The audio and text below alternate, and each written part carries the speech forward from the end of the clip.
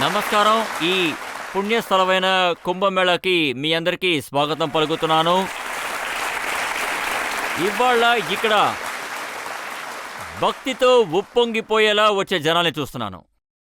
ఇవాళ ఇక్కడ నేను భక్తి సముద్రాన్ని చూస్తున్నాను. ఇవాళ ఈ బ్రహ్మాండమైన దైవ రూప శిల్పి అయిన ఉత్తరప్రదేశ్కి చెందిన ముఖ్యమంత్రి యోగి ఆదిత్యనాథ్ గారికి స్వాగతం.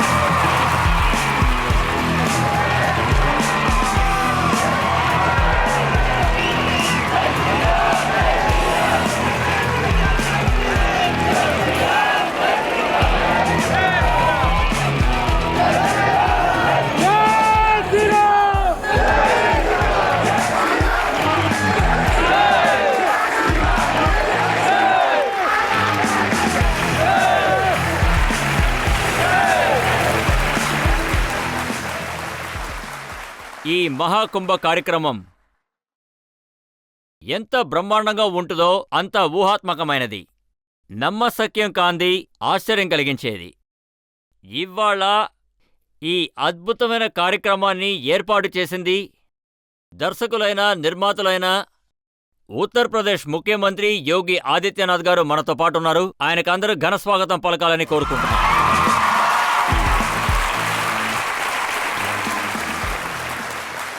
దూరంగా నిలబడ్డ వాళ్ళందరూ ముందుకు రండి. యోగి గారు అనుమతించారు, అందరూ ముందుకు రండి, వచ్చి మాతో జాయిన్ అవ్వండి.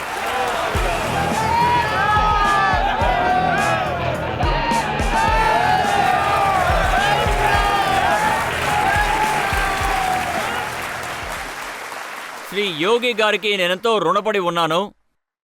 ఆయన మీ అందరూ ఇక్కడికి రావడానికి అనుమతి ఇచ్చారు. రజిత్ గారు, నేను ముందుగా మీకు, ఇండియా టీవీకి చెందిన మొత్తం బృందానికి, అదేవిధంగా అందరూ ప్రేక్షకులకు మహామేళా ప్రయోగ్రాజ్కి అందర్నీ ఆహ్వానిస్తున్నాను. యోగి గారు, ఇప్పుడు మన గంగా తీరాన నిలబడి ఉన్నాం. లక్షల మంది ప్రజలు పుణ్యస్నానం చేస్తున్నారు. ఇవాళ పొద్దున నేను వచ్చిన తర్వాత ఢిల్లీ నుంచి, ముంబై నుంచి నాకు ఫోన్లు వస్తూనే ఉన్నాయి. వాళ్ళందరూ అడిగేదేంటంటే, ఇక్కడ ప్రవహిస్తున్న గంగా నీరు అంత పవిత్రమైనదా, అంత శుభ్రమైనదా, ఇక్కడికి దిగి స్నానం చేశాను. ఈరోజు ఇది నా మహద్భాగ్యం. అంటే అయోధ్యలో శ్రీరాముడు పుట్టిన భూమిపైన మర్యాద పురుషోత్తముడైన శ్రీరామునికి 500 సంవత్సరాల తరువాత విగ్రహావిష్కరణ జరిగి ఉత్సవం జరుగుతోంది. ఇలాంటి సమయంలో మహాకుంభమేళా మొదటి కార్యక్రమంలో ఉత్తరప్రదేశ్ ప్రభుత్వానికి చెందిన పూర్తి మంత్రిమండల్లో గంగా, యమున, సరస్వతి కలిసిన ఈ పవిత్ర త్రివేణి సంఘానికి వచ్చి ఉత్తరప్రదేశ్ అభివృద్ధి కోసం, ప్రయాగ్రాజ్ యొక్క పరిపూర్ణ అభివృద్ధి కోసము కార్యాచరణను యోచిస్తున్నాం. ఇక్కడ ఈ త్రివేణి సంగమంలో పవిత్ర స్నానమాచరించి పుణ్యంలో కూడా భాగం పంచుకున్నాం. అంటే ఉత్తరప్రదేశ్ ప్రభుత్వానికి చెందిన పూర్తి మంత్రిమండలి ఇక్కడికొచ్చి పవిత్ర స్నానమాచరిస్తుంటే నేనది ఖచ్చితంగా చెప్పగలను. అంటే ఈ ఆధ్యాత్మిక భావన పవిత్ర స్నానమాచరించిన వారికే తెలుస్తుంది.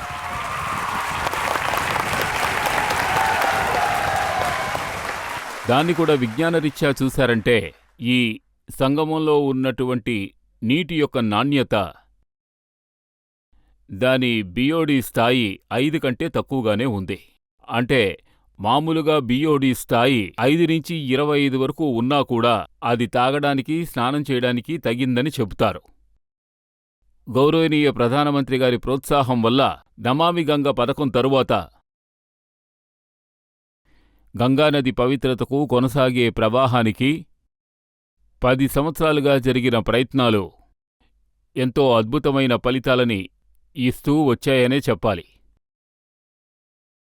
రాజకీయ అభిప్రాయాలు చెప్పడం వేరే విషయం. రాజకీయం కోసం ఎవరి మీదైనా విమర్శలు కురిపించొచ్చు. అది వారి రాజకీయ అవసరాలను బట్టి ఉంటుంది. కాని గత 1 వారం రోజులుగా కోట్ల మంది ప్రజలు ఇక్కడికి వచ్చి పవిత్ర సంగమంలో స్నానాలాచరించారు. వాళ్లంతా ఒక నమ్మకంతో వచ్చారు. ఆ నమ్మకం మోడీగారి మీద ఉంది, సనాతన ధర్మం మీద ఉంది, గంగాదేవి మీద ఉంది, యమునాదేవి మీద ఉంది, సరస్వతీదేవి మీద కూడా ఉంది. ఆ నమ్మకానికి ప్రతీకే ఈ పూర్తి కార్యక్రమం. ఆ నమ్మకాన్ని కాపాడి దాన్ని గౌరవించడం అనేది మన బాధ్యత. ఆ బాధ్యతను నెరవేర్చడం కోసమే డబుల్ ఇంజన్ గవర్నమెంట్ ఉంది. పూర్తి సమర్పణాభావంతో, నిజాయితీతో పనిచేస్తోంది. ఇక్కడ ఉన్నటువంటి నీరు స్నానానికి తగింది, అది సేవించడానికి తగింది. నేనే ఈ నీటిని సేవించాను, పవిత్ర స్నానము ఆచరించాను. మీరు అన్నారు మంత్రులందరూ కూడా ఇందులో దిగి పుణ్యస్నానం చేశారని. అందులో కొంతమందికి ఇబ్బంది కలిగుండొచ్చు. అందుకే ఇవాళ అఖిలేష్ యాదవ్ గారు ఒక సూచన ఇచ్చారు. ఈ కుంభమేళా రాజకీయాలు చేసే చోటు కాదు, మినిస్టర్స్ మీటింగ్ జరిపే చోటు కాదు, ఇది పుణ్యస్థలం అన్నారు. అంటే మతాన్ని చెప్పాలంటే ఒక చిన్న వలయంలో బంధించి ఉంచిన వాళ్ళు మతం యొక్క గౌరవాన్ని, దాని విస్తీర్ణని అర్థం చేసుకోలేరు. అంటే మతం అనేది ఒక పెద్ద అభిప్రాయం. మన భారతదేశం మతం పట్ల ఓ పెద్ద ఆలోచనను కలిగిస్తుంది. ఇది విదేశీ చింతన లాంటిది కాదు. పూజించడం మాత్రమే మతం కాదు. మన సంస్కృతిలో మతం అనేది క్రమశిక్షణ, మంచి విలువలు, బాధ్యతలు అవే. వాటిమీదే మానవ జీవితం, సమాజం ఉంటుంది. ఇక్కడ ప్రయాగ్రాజ్కి పూర్తి మంత్రిమండలి వచ్చి 25 కోట్ల మంది ప్రజలకు వారి బాధ్యతను గుర్తుచేస్తూ ఉంటారు. ఇది మన బాధ్యత. ఈ కుంభమేళా మన ఉత్సవం. ప్రధానమంత్రి గారి వల్ల ప్రోత్సాహం వల్ల భక్తి, నవీన అభివృద్ధి మహాకుంభాన్ని సృష్టిస్తోంది. ఈ అద్భుత సంగమానికి కావలసిన ఏర్పాట్లన్నీ చెయ్యడం ఒక రకంగా మా బాధ్యతగా భావిస్తూ ఉన్నాం. మేము మా బాధ్యతలను ఏ విధంగా నిర్వర్తిస్తున్నామో అదేవిధంగా ఈ సంగమం ఒడ్డుకి ప్రజలు రావడం వారి బాధ్యతగా భావిస్తూ ఉన్నారు. దాన్ని అర్థం చేసుకోవాలి. ఇంకొక విషయాన్ని అర్థం చేసుకోవాలి. మేము ఈ సంగమంలో పవిత్ర స్నానాలు ఆచరించాం. మీరు రండి, ఇక్కడ పవిత్రంగా స్నానాలాచరించి వెళ్ళండి. ఆ తర్వాత మీ బాధ్యతలేమిటో వాటిని నిర్వర్తించండి. ఆ బాధ్యతలను నిర్వర్తించడం కోసమే మన పూర్తి మంత్రిమండలి ఇక్కడికి వచ్చింది. మేము ప్రయాగ్రాజ్ గురించి, రాష్ట్రం యొక్క అభివృద్ధి గురించి, ఇక్కడున్న యువతరం గురించి, ఇక్కడున్న రైతుల గురించి, రాష్ట్రంలోని మాతృమూర్తుల గురించి, సహోదరీమణుల గురించి, అలాగే ఎన్నో పథకాల గురించి ఆలోచించాం. ప్రయాగ్రాజు, ఉత్తరప్రదేశ్ పూర్తిగా అభివృద్ధి చెందాలని గొప్ప గొప్ప పథకాల గురించి మాట్లాడుకున్నాం.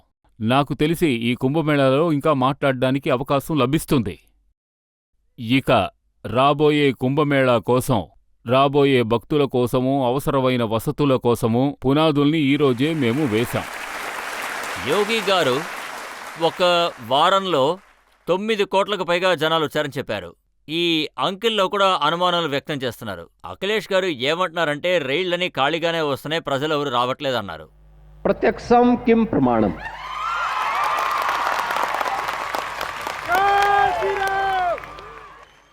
ఏం చెప్తాం, కొంతమందికి దేవుడు అటువంటి రాజకీయ దృష్టిని ప్రసాదించలేదంటే అందుకని దేవుణ్ణి మనం నిందించలేంగా. ప్రయాగ్రాజు, గంగా, యమున అందుకు బాధ్యత వహించలేవుగా. ఎవరిదైతే పుణ్యం అనేది కొంచెం కూడా బయటికి రాలేదో అలాంటి వాళ్ళు చీకట్లో జీవించగలిగేవాళ్లు. వాళ్లకు ప్రయాగ్రాజ్లోని కోట్లాది మంది ప్రజల గురించి తెలీదు. ఈ అపరిమితమైన భక్తి గురించి కూడా వాళ్లకు తెలీదు. ఎందుకంటే దీన్ని వీక్షిస్తూ ఉన్న ప్రయాగ్రాజ్ దేవుడు వాళ్ల కార్యాచరణకు తగ్గట్టుగా వాళ్ల చూపును కూడా కట్టుబాట్లో ఉంచాడు. కాని ఎవరూ ఈ సంఖ్యను వారి మనసుకు తోచినట్టుగా చెప్పలేరు. దీనికోసం పద్ధతిగా కెమెరాలు పెట్టబడ్డాయి. వీటిని పర్యవేక్షించడం కోసం ఒక పూర్తి బృందం ఉంది, ఎలాంటి ఆటంకమూ లేకుండా. ఒక్కొక్కరిని లెక్కబెట్టే సంస్థ ఉంది.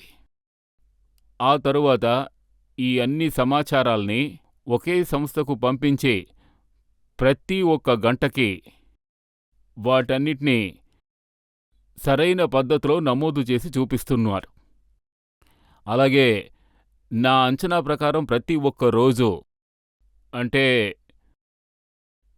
ప్రత్యేకంగా పౌర్ణమి రోజు, అలాగే మకర సంక్రాంతి నాడు ఇక్కడ 5 నుంచి 6 కోట్ల మంది స్నానమాచరిస్తారు.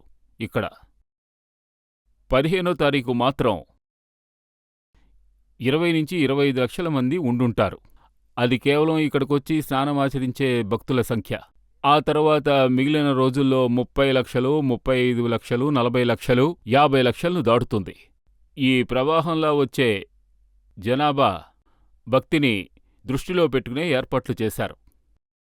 ప్రజలు రాలేదు అని చెప్పేవారు కూడా, అంటే చివరిగా వచ్చి దాన్ని అంగీకరించాల్సిన పరిస్థితి వచ్చింది. చివరికి వాళ్లే వాళ్ల నాయకుడి విగ్రహాన్ని ఈ గుంపులో పెట్టాల్సి వచ్చింది.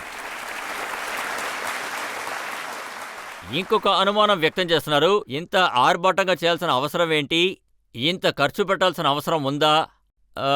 ఈ కుంభమేళా కోసం 7,500 కోట్లు ఖర్చు పెట్టారని చెప్తున్నారు. రజిత్ గారు చూడండి, ఇది మా బాధ్యత. గౌరవనీయ ప్రధానమంత్రి గారు భారతదేశంలోని ప్రతి రాష్ట్రాన్ని, అదేవిధంగా భారత ప్రభుత్వ పర్యటన మరియు సంస్కృతి సంస్థలను గమనించారంటే ఒక విషయం కోసం సిద్ధం చేశారు. పర్యటన శాఖే ఆదాయానికున్న ఏకైక మార్గం. ఆ తర్వాత పదవి స్వీకరించిన తర్వాత ఇండియా సంస్కృతి కోసం సంబంధం ఉన్న అన్ని ప్రాంతాలను మెరుగుపరిచే పనులను ఆయన కొద్ది కొద్దిగా ప్రారంభించారు. అది రామాయణం పర్యాటక ప్రాంతం కావచ్చు, కృష్ణుడి పర్యాటక ప్రాంతం కావచ్చు, బౌద్ధం కావచ్చు, జైనిజం కావచ్చు, ఆధ్యాత్మిక బాట కావచ్చు. వీటన్నిటినీ మెరుగుపరచడం కోసం ఒక కొత్త దృష్టిని కూడా ఇచ్చారు. సాంప్రదాయంతో కూడుకున్న ప్రాంతాలకు అద్భుతమైన రూపాన్ని ఇవ్వాలని ఆలోచించారు. అంటే కాశీలో కాశీ విశ్వనాథ ధామ్, ఉత్తరాఖండ్లో కేదార్నాథ్ ధామ్, మధ్యప్రదేశ్లో మహాకాల్, మహాలోక్. వీటన్నిటికీ కారణం గౌరవనీయ ప్రధానమంత్రి గారి దృష్టి, ఆలోచనే కారణాలు. అయోధ్యలో 500 సంవత్సరాల నిరీక్షణ పూర్తయి మర్యాద పురుషోత్తముడైన శ్రీరాముడికి అద్భుతమైన ఆలయం నిర్మించబడింది. ప్రజలు భక్తి పరవశంతో రావడమూ చూస్తున్నాం. ఇందులో ముఖ్యమైన విషయం ఏమిటంటే, మనం రాబోయే భక్తుల సంఖ్య మనసులో ఉంచుకుని వారి కోసం మనం అధిక వసతుల్ని ఏర్పరుస్తున్నాం. అదేవిధంగా రాష్ట్ర అలాగే కేంద్ర ప్రభుత్వాలు కలిసి 7,500 కోట్ల రూపాయలు ఇక్కడ ఖర్చు పెడుతున్నారు. అంటే ప్రజల కనెక్టివిటీ కోసం అది రోడ్ల వసతి కావచ్చు, రైల్వే కావచ్చు, ఎయిర్పోర్ట్ కావచ్చు, లేకపోతే ప్రయాగ్రాజ్ నగరాన్ని చూశారంటే అభివృద్ధి కోసం పథకం వేసిన కార్యాలు కావచ్చు. వాటన్నిటినీ ఆచరణలో పెడుతున్నాం. ఈ కుంభమేళా విలువని మనసులో ఉంచుకుని ప్రయాగ్రాజ్ పై సంస్థలకు చెందినటువంటి వారికి ప్రజల కోసం వసతులు ఏర్పాటు చేసే రైట్స్ ఇచ్చాం. ఇంత గొప్ప జనాభా సంఖ్య, ఇంత పెద్ద ఆధ్యాత్మిక భావన ఏ ఒక్కచోట అశుభ్రత కనిపించదు. ఇదే భారతీయుల ఆనవాలుగా ఉండాలి. భారతదేశపు సాంప్రదాయానికి గుర్తింపుగా ఉండాలి. ఇండియా సంస్కృతి ఇక్కడ లేదు. కొన్ని వేల మంది ప్రజలు ఇక్కడ ఉన్నా ఎవ్వరికీ సమస్య లేదు. మిగిలిన అన్ని పనులు ఎప్పట్లాగే జరుగుతున్నాయి. 10 టోన్ బ్రిడ్జులు 30 ఏర్పరిచాం. రావడానికి 15, వెళ్ళడానికి 15. ఎక్కడా గుంపు లేదు. 10,000 ఎకరాలలో ఈ కుంభమేళా విశదీకరించబడింది.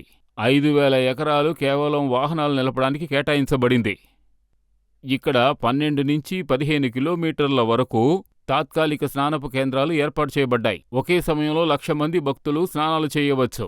ఈ స్థాయిలో ఏర్పాటు చేయడానికి కారణం, ఏ ఒక్క భక్తుడు భారతదేశం నుంచో లోకంలోని ఏ మూల నుంచి వచ్చినా వాళ్లకు ఇబ్బంది కలగకూడదు, వాళ్ల భక్తికి ఆటంకం కలగకూడదు అన్న ఉద్దేశంతో. అది మా బాధ్యత. అందుకని సనాతన ధర్మానికి చెందిన బాధ్యతలను నిర్వర్తించి మతానికి చెందిన ఉన్నత సిద్ధాంతాల్ని అవలంబించాలి. మా బాధ్యత సరిగ్గా నిర్వర్తిస్తున్నాం. కానీ ఇంకొక ముఖ్యమైన విషయం ఉంది. 7,500 కోట్లు ఖర్చు పెట్టినప్పటికీ ప్రపంచంలోని ఎంత గొప్ప ఆర్థిక నిపుణుడైనా 7,500 కోట్లు ఖర్చు పెడితే అందుకు బదులుగా ఆ ప్రాంతంలోని ఆర్థిక వ్యవస్థకి 2 లక్షల కోట్లకు పైన లాభం వస్తుందని ఎవ్వరూ చెప్పలేరు. కానీ నేను గట్టిగా చెప్పగలను, యూపీ ఆర్థిక పరిస్థితికి పెద్ద తాకిడి కలగబోతోంది. 2 లక్షల కోట్లకు పైన ఆర్థిక అభివృద్ధి లభిస్తుంది. ఈ మహాకుంభాన్ని, మహాసంగమాన్ని కారణంగా చేసుకుని యూపీ అభివృద్ధి చెందుతుంది. ఇవాళ నేను ఒక పాత ఇంటర్వ్యూ చూస్తూ ఉన్నాను. ఆ సమయంలో మంత్రిగా ఉన్న ఆజాం ఖాన్ గారు ఆయన ఏమన్నారంటే 2013లో నేనే ఇన్ఛార్జ్గా ఉండేవాణ్ణి. అప్పుడు ఏ ఒక్కరికి ఒక చిన్న గాయం కూడా అవ్వలేదు. తక్కువ ఖర్చుతో చాలా అద్భుతంగా ఈ కుంభమేళాని టోపీ వేసుకునేవాడు నడిపారంటున్నారు. ఆజం ఖాన్ ఆ సమయంలో ఎటువంటి ఏర్పాట్లు చేశారో అందరికీ తెలుసు. 41 మంది అన్యాయంగా చనిపోయారు. భక్తులు దురదృష్టవశాత్తు ప్రాణాలు కోల్పోయారు. ఎంత రద్దీగా ఉండేదో అందరికీ తెలుసు. 2013లో మొరీషియస్ ప్రధాని ఇక్కడికి వచ్చారు. ఈ ప్రయాగ్రాజ్ కుంభానికే వారు వచ్చారు. సంగమం ఒడ్డున ఉన్న ఆ అశుద్ధాన్ని చూసి దూరం నుంచే నమస్కరించి ఆయన ఇదేనా గంగా అని అడిగారు. ఆయన కళ్లలో కన్నీరొచ్చింది. కొన్ని వేల కిలోమీటర్ల దూరం నుంచి ఆయన ఇండియాకి వచ్చారు కుంభంలో స్నానం చేయడం కోసం. కానీ అవినీతి, అవకతవకలు, అశుభ్రత ఇవన్నీ చూసి ఆయన వెంటనే తిరిగి వెళ్ళిపోయారు. కాని ఈరోజు చూడండి, దేశమంతా వస్తోంది, ప్రపంచమంతా వస్తోంది. కోట్ల మంది భక్తులు వస్తున్నారు. ఎక్కడా అశుభ్రత లేదు, క్రమశిక్షణ లేకపోవడం లేదు, ఎటువంటి అవకతవకలు జరగలేదు. జనవరి 13, 14 తారీఖుల్లో 5.5 కోట్ల మంది ప్రజలొచ్చారు. అందరూ సురక్షితంగా తిరిగి వెళ్లారు. కాని 2013లో మౌని అమావాస్యకు మాత్రం కేవలం 2.5 కోట్ల నుంచి 3 కోట్ల భక్తులు మాత్రమే ఇక్కడికి రాగలిగారు. తేడాను చూడండి. దీనికోసమే ఈ స్థాయిలో విస్తీర్ణ జరిగింది. నిజానికి వచ్చిన జనాభానికి మంచి మార్గదర్శకం చేసుంటే ఇంత పెద్ద కార్యక్రమాన్ని సురక్షితంగా నిర్వహించడానికి సామర్థ్యత ఉండుంటే వాళ్ళు అమెరికాలో వారి విజయగాథను చెప్పడానికి వెళ్ళినప్పుడు అదొక ఓటమి కథ. దాని గురించి గొప్పలు చెప్పుకోవడానికి వెళ్ళినప్పుడు అక్కడ వాళ్లకు లభించిన మర్యాద మరో విధంగా ఉంది. వివరణ ఇవ్వకుండానే తిరిగి రావలసిన పరిస్థితి వచ్చింది. ఎయిర్పోర్ట్ నుంచే వాళ్ళని వెనక్కు పంపించేశారు. ఇదే ఆ సమయంలో జరిగిన కథ. దీనిని వారు విజయగాథగా చెప్తే నేను సమాజ్వాదీ పార్టీ వాళ్లకు చెప్తాను, ఆ విజయగాథను వారు ఇంట్లోనే ఉంచుకుంటే వారికే మంచిది అని. యూపీ ప్రజలు దాన్ని అంగీకరించడానికి సిద్ధంగా లేరు. యోగి గారు, నేను స్వయంగా చూసిన దాంట్లో కూడా ఆ తర్వాత విదేశాల నుంచి ప్రజలు రావటం కూడా నిజంగానే ఏర్పాట్లు అదిరిపోయాయి.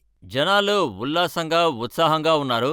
అలాగే ఇక్కడి నుంచి తిరిగి వెళ్లే వాళ్ళందరూ చాలా సంతోషంగా ఇంటికి తిరిగి వెళ్తున్నారు. కానీ ఒకవైపు ఏమంటున్నారంటే ముస్లింలు ఇక్కడికి రావడానికి అనుమతి ఇవ్వట్లేదని చెప్పుకుంటున్నారు. చూడండి, మేము ఏ కులాన్ని, మతాన్ని ఎదిరించే వ్యక్తులం కాదు. కాని ఇది భక్తి, నవీన అభివృద్ధి కలిసిన ఒక సంగమం. అది స్వామీజీలు కానివ్వండి, సాధారణ భక్తులు కానివ్వండి, అందరూ భక్తిభావంతోనే వస్తున్నారు. ఏ భారతీయుడైనా కూడా ఈ భక్తికి మర్యాదను ఇస్తే, దాన్ని గౌరవిస్తే అలాంటి వాళ్ళు ఇక్కడికి నిక్షేపంగా రావచ్చు. కానీ ఈ భక్తిభావంను ఎవరైనా అవమానించాలనుకుంటే వాళ్ళు ఎట్టి పరిస్థితిలోనూ నాకు సంబంధించి వాళ్లకు తగిన రీతిలో ఇక్కడ సమాధానం చెప్పడం జరుగుతుంది. ముస్లిం నాయకులు ఏమంటున్నారంటే మాది చాలా గొప్ప మనసు, ప్రయాగ్రాజ్లో ఉన్న వక్ఫుల్ చోటునే కుంభమేళా జరపడానికి మేమిచ్చాం, అది కూడా ఉచితంగా ఇచ్చాం. కానీ మా ప్రజలకి ఇక్కడ ఒక చిన్న కొట్టు పెట్టుకోవడానికి కూడా అనుమతి ఇవ్వలేదని చెప్పారు. చూడండి, ఇంత పెద్ద స్థాయిలో స్ట్రీట్ వెండర్స్ వచ్చారు, షాప్స్ ఉన్నవాళ్లు వచ్చారు. ఎవరైనా కులం అడిగారా? ఎవ్వరూ అడగలేదు. మీకు అంత గొప్ప మనసు ఉంటే కొద్దిగా కాశీలో చూపించండి, లేదా మధురాలో చూపించండి, సంబల్లోనూ చూపించండి. ప్రయాగరాజులో మనసు చూపించవలసిన అవసరం లేదు. ప్రయాగరాజుదే చాలా గొప్ప మనసు. ప్రయాగరాజులో జరగవలసినవన్నీ ఆల్రెడీ జరిగిపోయాయి. ఇక అంతా అదే చూసుకుంటుంది. గొప్ప మనసు చూపించవలసింది అక్కడే గొప్ప మనసు యొక్క ఆవశ్యకత ఉంది.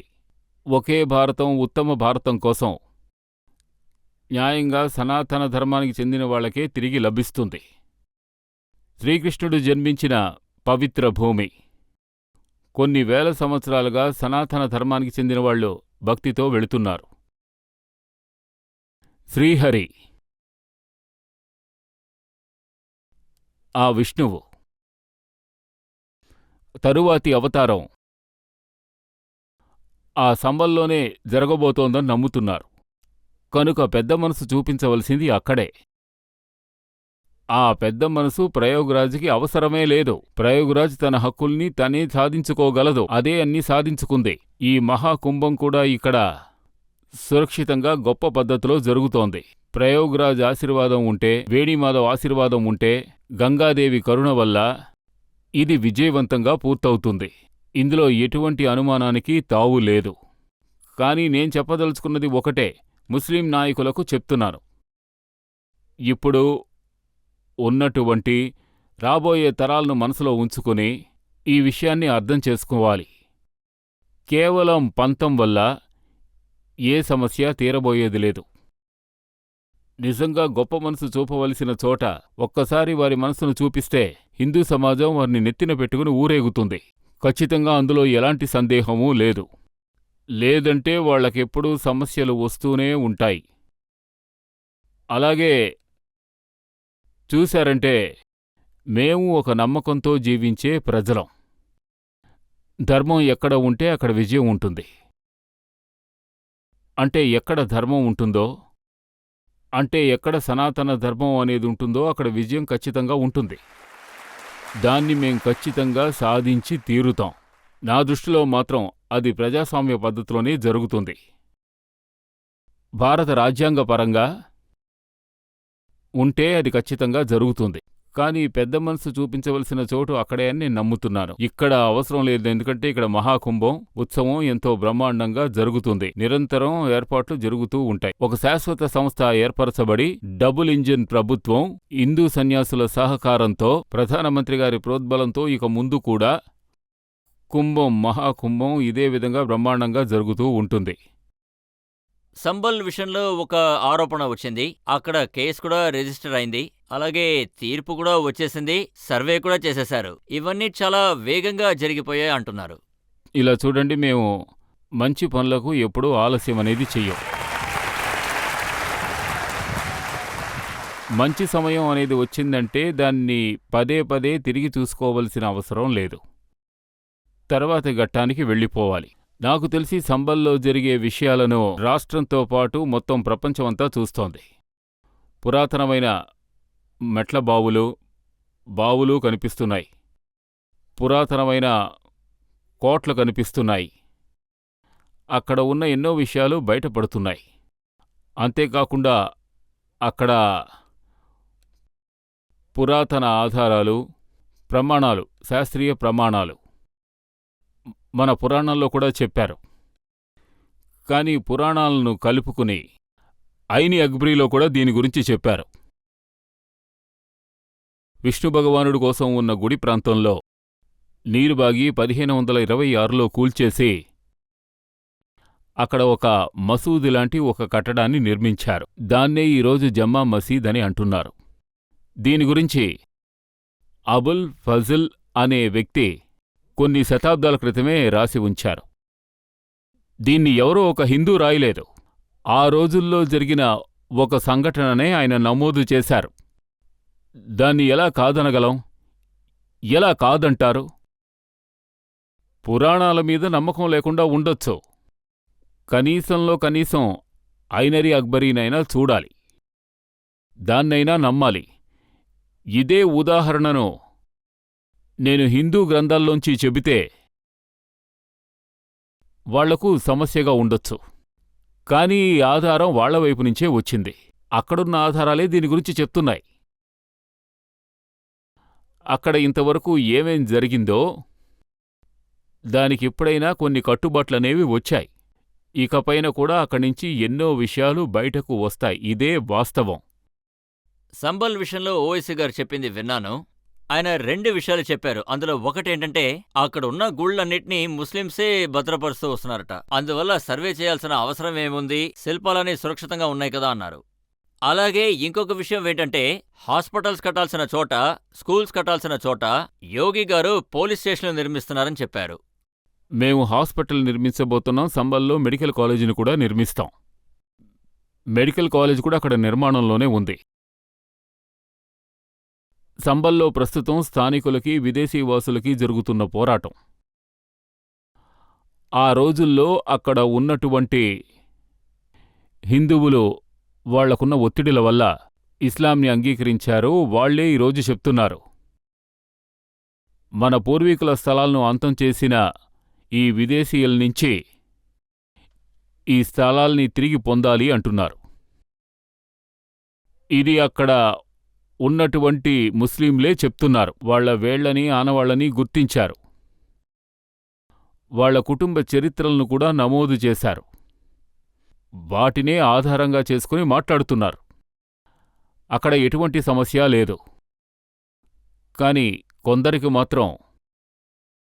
కొందరికి ముస్లింలను కేవలం ఓటు బ్యాంకుగా భావించేవారికి వాళ్లకు మాత్రం ఖచ్చితంగా సమస్య ఉంటుంది. కాని మిగిలిన ఎవరికీ దీనివల్ల సమస్య అనేదే ఉండదు. ఇది ముమ్మాటికి నిజం. నేను ఖచ్చితంగా నమ్మేది ఏమిటంటే ఈరోజు డబుల్ ఇంజన్ ప్రభుత్వం 25 కోట్ల మంది శ్రేయస్సు కోసం చక్కని విశ్వవిద్యాలయాల్ని స్థాపించింది, మంచి మెడికల్ కాలేజీలు, ఇన్స్టిట్యూషన్స్ని స్థాపించింది, పెట్టుబడుల కోసం తగిన పరిస్థితులు సృష్టించింది. ఇవన్నీ జరగడానికి పూర్తి అంకితభావమే కారణం. దీనికోసం ఓవైసీ దిగులు పడవలసిన అవసరం లేదు. దానికోసం ఈ డబుల్ ఇంజిన్ ప్రభుత్వమే చాలు. ఆ విషయం గుర్తుంచుకోండి. ఆయన ఎక్కువగా దిగులు పడేది యూపీ పోలీసుల గురించే. యూపీ పోలీసుల గురి చాలా కరెక్ట్గా ఉంటుంది. తుపాకీగుళ్ళు సరైన చోటు తగులుతుంది. వాళ్ళని ఒలింపిక్కి పంపిస్తే ఖచ్చితంగా మెడల్ తీసుకొస్తారని అన్నారు. అందుకు కావలసిన ఏర్పాట్లు ఇంతకు ముందే మేం చేసేశాం. యూపీలో ఉన్న షూటర్స్తోనూ మీకోసం మేం షూటింగ్ రేంజ్ని ఏర్పాటు చేస్తామని కూడా చెప్పాం. ఆ తర్వాత ఏం చెప్పామంటే, మీరు మెడల్ సాధించుకురండి, మిమ్మల్ని పోలీస్ శాఖలో చేర్చుకుంటామని చెప్పాం. చూడండి, అంటే ఒలింపిక్లో పతకాలు సంపాదించిన వీరులకు కూడా వారికి డైరెక్ట్గా డెప్యూటీ ఎస్పీ పదవులను ఇచ్చాం. డైరెక్ట్గా డెప్యూటీ ఎస్పీ 500 మందికి పైగా యూపీ పోలీసులో మేం చేర్చుకున్నాం. ఈరోజు ఉత్తరప్రదేశ్ పోలీస్ శాఖ కార్యాచరణ వల్లే ఉత్తరప్రదేశ్ పెట్టుబడులలో అత్యున్నత రాష్ట్రంగా పేరు పొందింది. అందులో ఏ సందేహం లేదు. ఉత్తరప్రదేశ్ ఇంత పెద్ద మహాకుంభమేళా లాంటి కార్యక్రమాలకు కూడా ప్రయోగరాజ్లో, అంటే ఈ భూమి మీద 45 రోజుల్లోగా 40-45 కోట్ల భక్తులు ఇక్కడికి వచ్చి త్రివేణిలో స్నానమాచరించి వెళ్తున్నారు. అంటే ప్రపంచంలోనే 3వ స్థానంలో ఉన్న జనాభా సంఖ్య ఇక్కడికొస్తుంది. మీరే ఆలోచించండి. ఇంతమంది జనాభాకు సంరక్షణ కలిగించాలంటే క్రమశిక్షణ పాటించాలి. అదేవిధంగా గుంపు నిర్వహణని చూసుకోవాలి, సంరక్షణ ఏర్పాట్లు పెంచాలి. ఈ పనులన్నీ ఉత్తరప్రదేశ్ పోలీస్ శాఖే చేస్తోంది. మీరే చెప్పండి, ఒక్కవేళ ఉత్తరప్రదేశ్ పోలీస్ శాఖ గురి సరిగ్గా లేదంటే ఇంత పెద్ద కార్యక్రమాన్ని సురక్షితంగా జరిపించగలరా? ఇదే ఒక పెద్ద సవాలు. కాని ఆ సవాల్ను కూడా ఆ స్పష్టమైన కార్యాచరణ వల్ల విజయవంతం చేసే కోణంలో ప్రయాణిస్తూ ఉన్నాం. ఉత్తరప్రదేశ్లో లా అండ్ ఆర్డర్ చాలా కరెక్ట్గా ఉందని ప్రజలందరూ అనుకుంటున్నారు. అది చాలా కష్టమైన పని అని అందరూ ఒప్పుకుంటున్నారు. కానీ కొన్నిసార్లు బండి తిరగబడుతోంది. ఒక్క మాటలో చెప్పాలంటే ఎంతోమందికి చట్టం మీద నమ్మకం లేదు. అందువల్ల కొన్ని సమయాల్లో అలాంటి సమాధానం ఇవ్వాల్సొస్తూ ఉంటుంది. కాని అన్నీ చట్టానికి లోబడి ఎంతో ఉత్తమంగా జరుగుతూ ఉన్నాయి. అందువల్ల రాష్ట్రంలో చట్టం రాజ్యం వెళ్తోంది. అలాగే ప్రతి వ్యక్తి, ప్రతి తల్లి, ప్రతి కూతురు, ప్రతి వ్యాపారి ఎంతో సురక్షితంగా భావిస్తున్నారు. ఒక చిన్న విరామం తర్వాత మనం మళ్ళీ వెంటనే కలుద్దాం. ఇంకొకసారి యోగి ఆదిత్యనాథ్ గారు.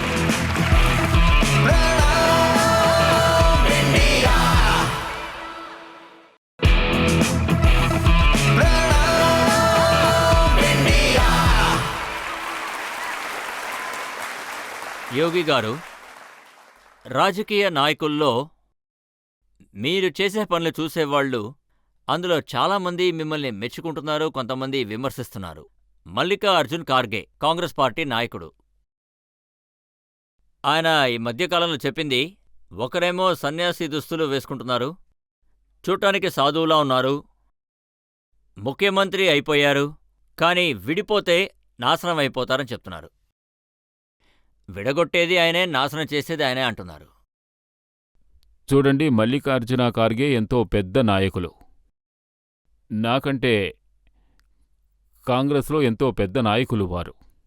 మేం వారిని వయసుకు తగ్గ రీతిలో గౌరవిస్తున్నాం. కానీ ఈ యథార్థాన్ని వారు అంగీకరించి తీరాలి. నేను చెప్పేది ఒక్కటే, ఇక్కడ బాధించబడినవారు ఆ మల్లికార్జున ఖార్గే అయ్యుంటారు. ఆయన సొంత ఊరు అది ఆ రోజులో హైదరాబాద్ సంస్థానానికి చెందిన గ్రామంగా ఉండేది.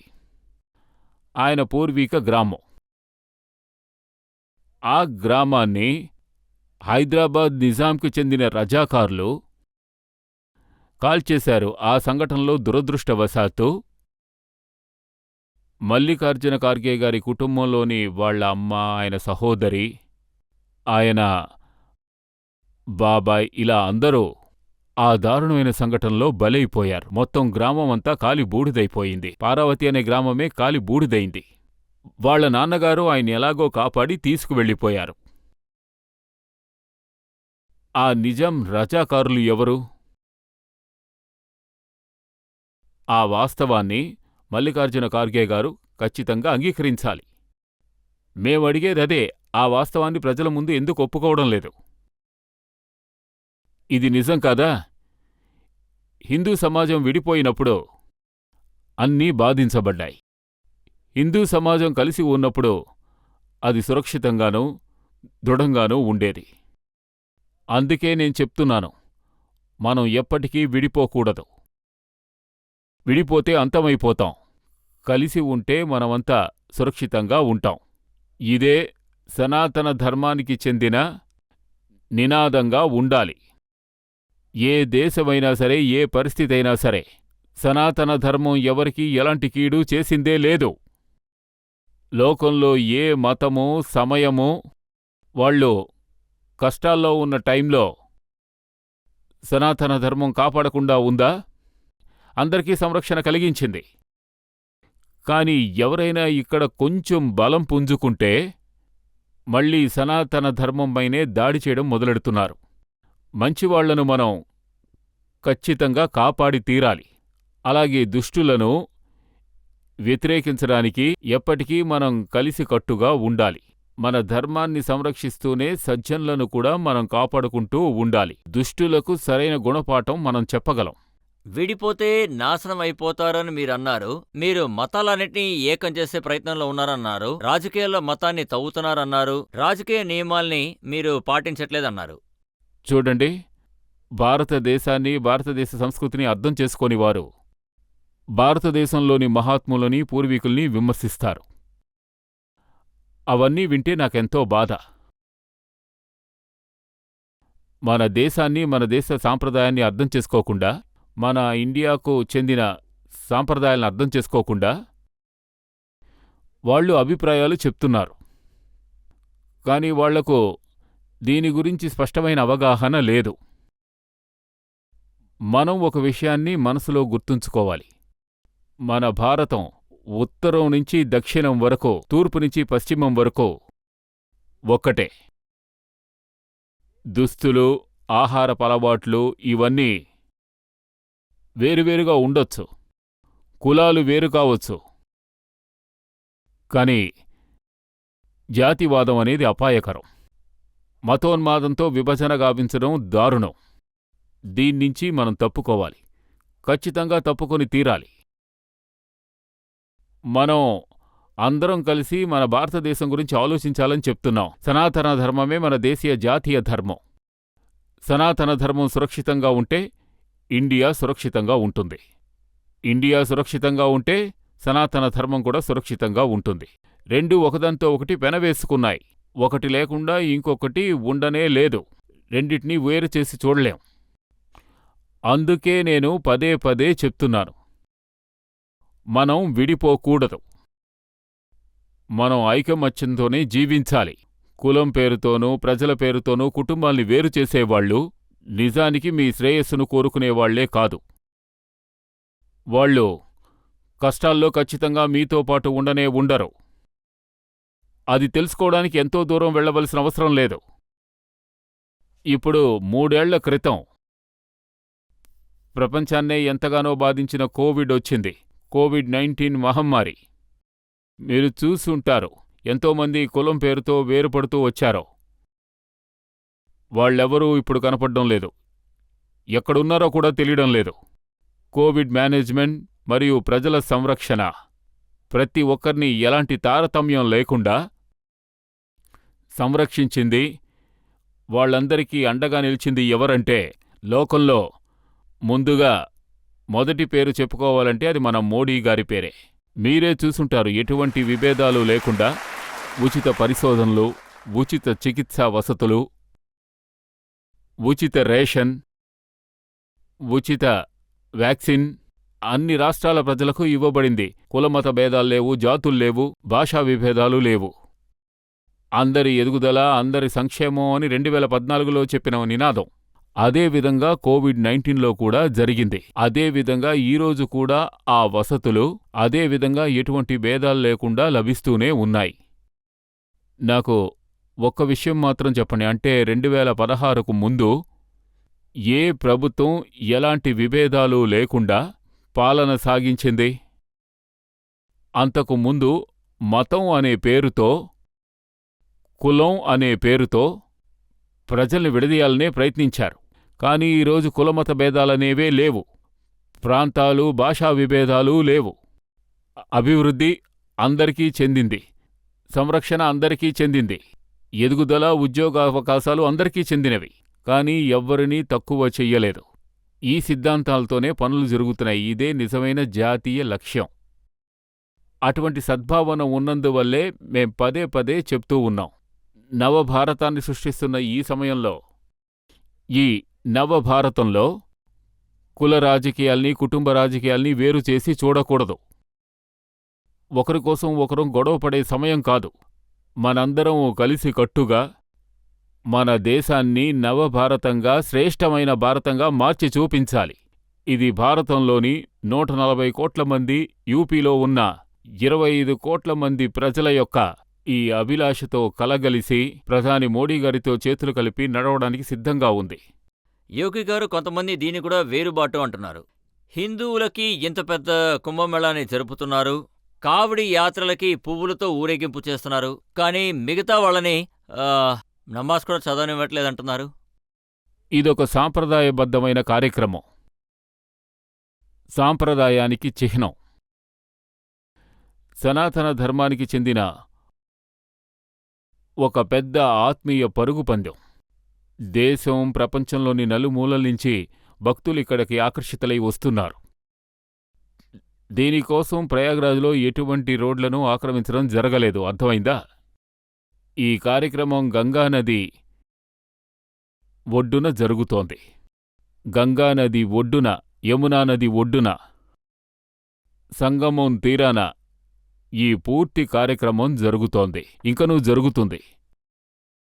దీనివల్ల ఎవరి యొక్క రవాణా సంస్థనో, ప్రయాగ్రాజ్లో జీవించే ప్రజలు ఏ కుల మతానికి చెందినవారైనా వారి రోజువారీ జీవితాన్ని సాగిస్తూనే ఉన్నారు. అందుకోసమే మేము ఇలాంటి ఏర్పాట్లు చేశాం. ఇక్కడున్న అత్యవసర వసతులను చేయడంలో ప్రయాగ్రాజ్ పూర్తిగా మారిపోయింది. ప్రయాగ్రాజ్లోని రోడ్లు, ప్రయాగ్రాజ్లోని వసతులు పూర్తిగా ఓ కొత్త ప్రయాగ్రాజ్ని చూపిస్తున్నాయి.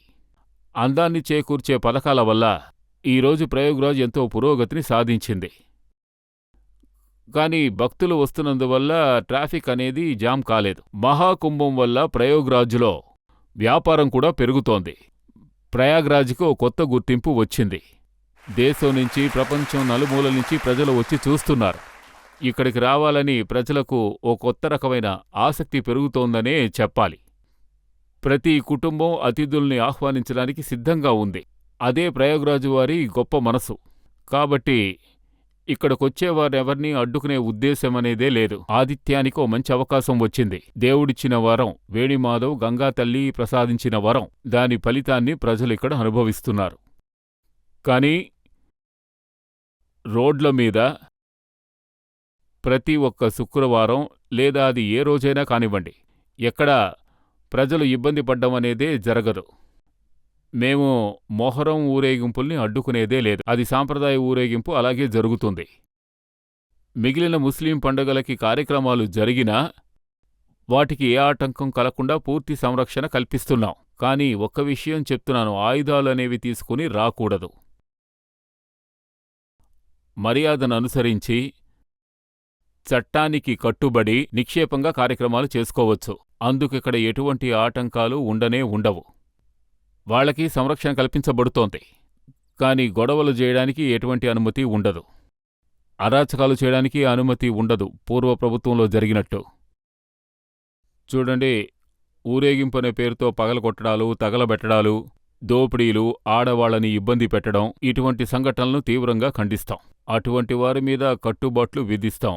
మీకు ఒక క్రమశిక్షణ అనేది లేకపోతే ఖచ్చితంగా అలాంటి చోట ఒక తప్పుడు పాలన అనేది మొదలవుతుంది. అలాంటి వాళ్ళని ఎలా అదుపు చేయాలో ప్రభుత్వానికి బాగా తెలుసు. వాళ్ళని ఎలా చూసుకోవాలో, వాళ్ళకి ఎలా ఉపచర్యలు చేయాలో కూడా మాకు బాగా తెలుసు.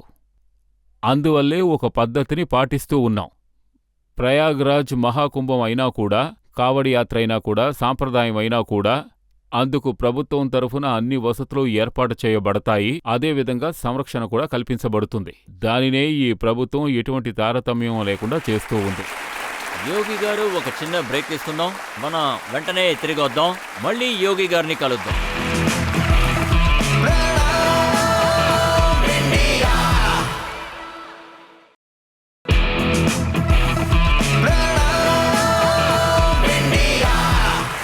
మళ్ళీ మీ అందరికీ స్వాగతం. ఇవాళ మనతో పాటు ఈ సంగం తీరంలో యోగి ఆదిత్యనాథ్ గారు ఉన్నారు.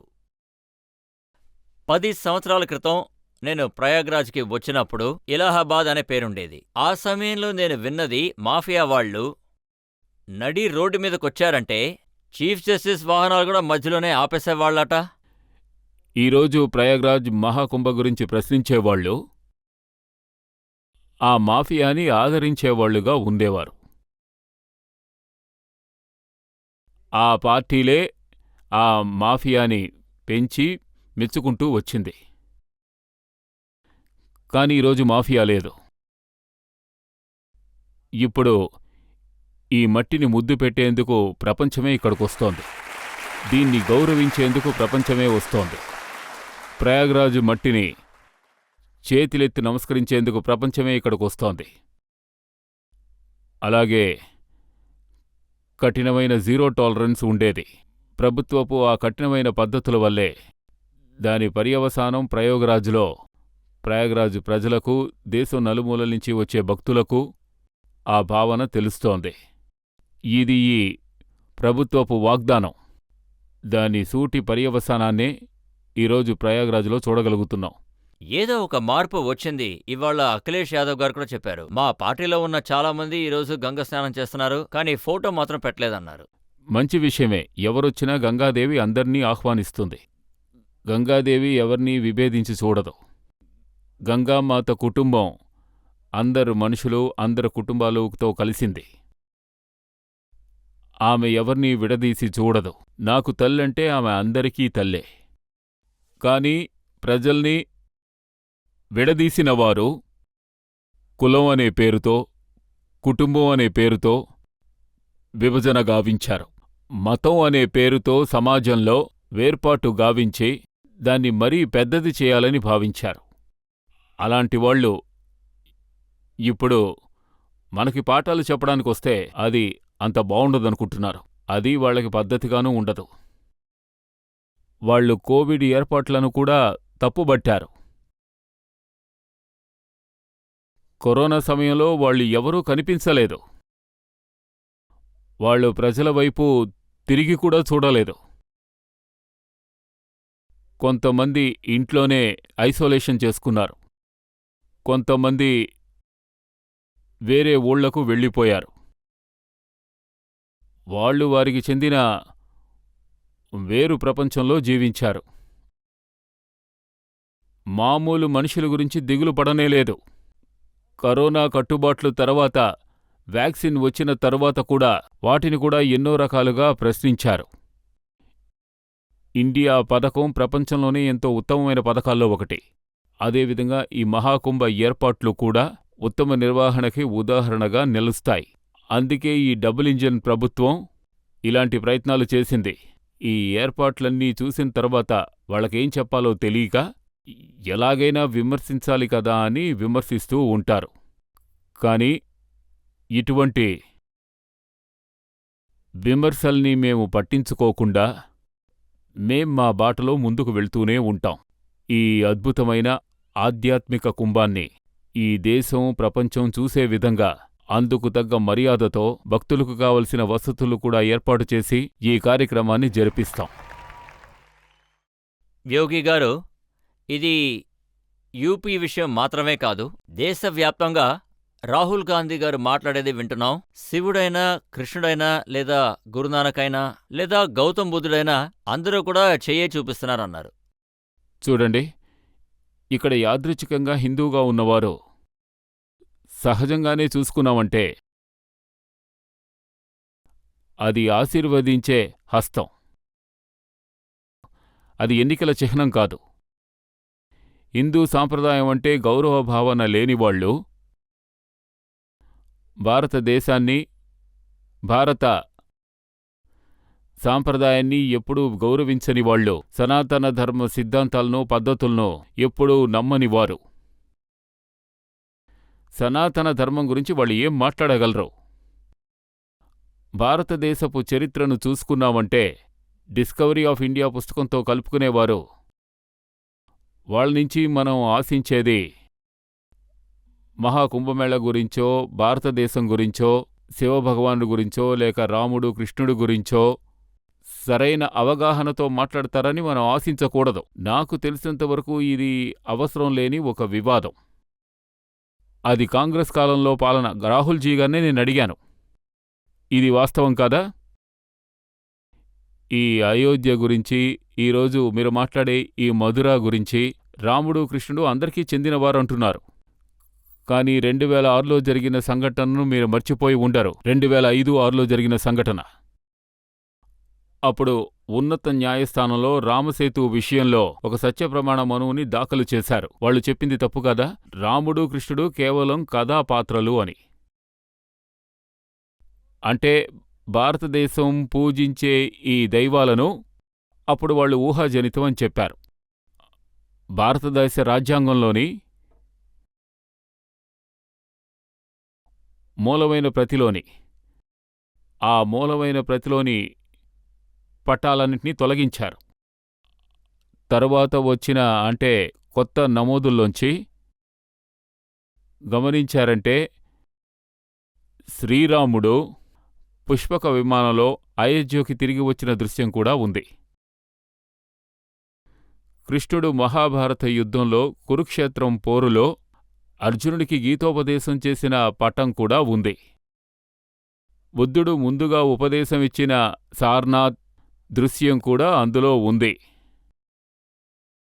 హనుమంతుడు శ్రీలంకను దహనం చేసిన తరువాత ఉన్న దృశ్యం కూడా అందులో ఉంది.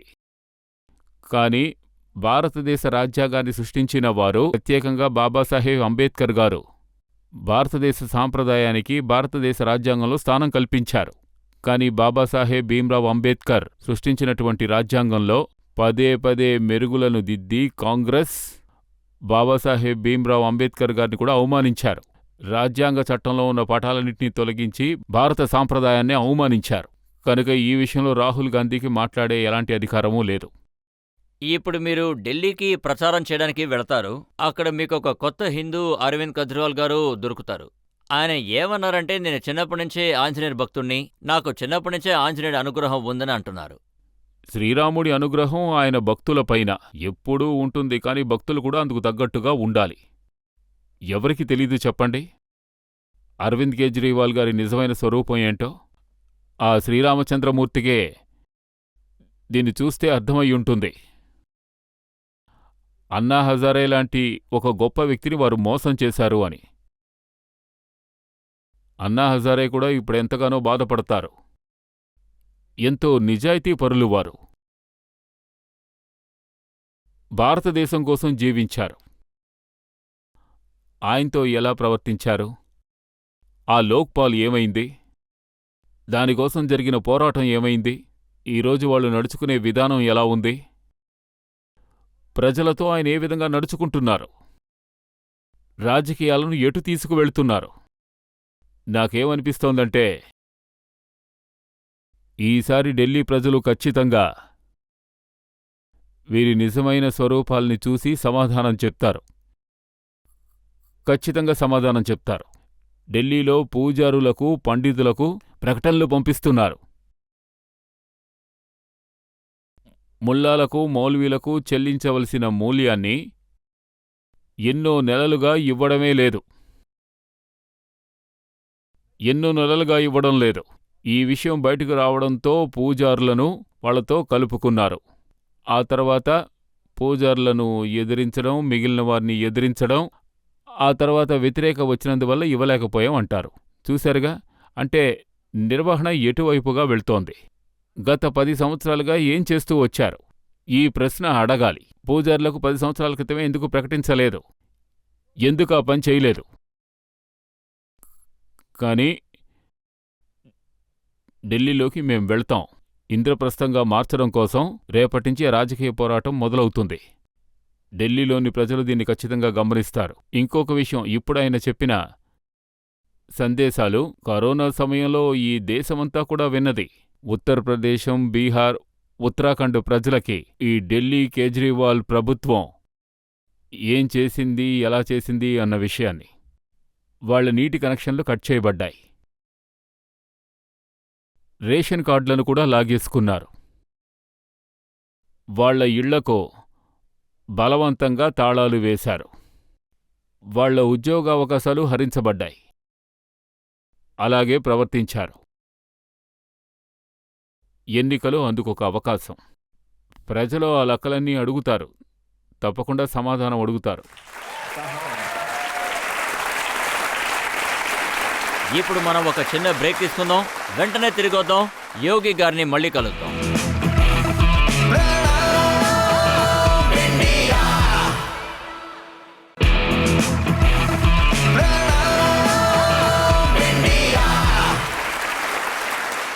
Welcome back. ఇవాళ మనతో పాటున్నది యోగి ఆదిత్యనాథ్ గారు. యోగి గారు, ఆఖరి ప్రశ్న. ఈ కుంభమేళానికి కోట్ల కొద్దీ ప్రజలు ఎంతో నమ్మకంతో, భక్తితో ఇక్కడికి వచ్చారు. మీ మీద ఒక కృతజ్ఞతా భావంతో తిరిగి వెళ్తున్నారు. మీరేం కోరుకుంటున్నారు? వాళ్ళ ఊరికి, దేశానికి తిరిగి వెళ్ళేటప్పుడు ఏ సమాచారాన్ని తీసుకువెళ్ళాలి? చూడండి, నేను ఇక్కడికి ఎంతో సవినయంగా, సేవాభావంతో మా ప్రభుత్వం కూడా పనిచేస్తోంది. ఈ పూర్తి ఆలోచన, ఈ పథకాలన్నీ కూడా ప్రధాని మోదీ గారివి. వారికే మనం ధన్యవాదాలు చెప్పాలి. తర్వాత ఒక సందేశాన్ని కుంభమేళా నుంచి తప్పకుండా తీసుకువెళ్తారు. ఈ మహాకుంభమేళానికి చెందిన ఒకే సందేశం, ఐకమత్యంతో ఉంటేనే ఈ దేశం బలంగా ఉంటుంది. ఐకమత్యంతోనే. ఈ ఐక్యత సందేశం దేశమంతటా వ్యాపించాలి, ప్రపంచమంతటా వ్యాపించాలి. అదే ఈ మహాకుంభమేళా యొక్క సందేశం.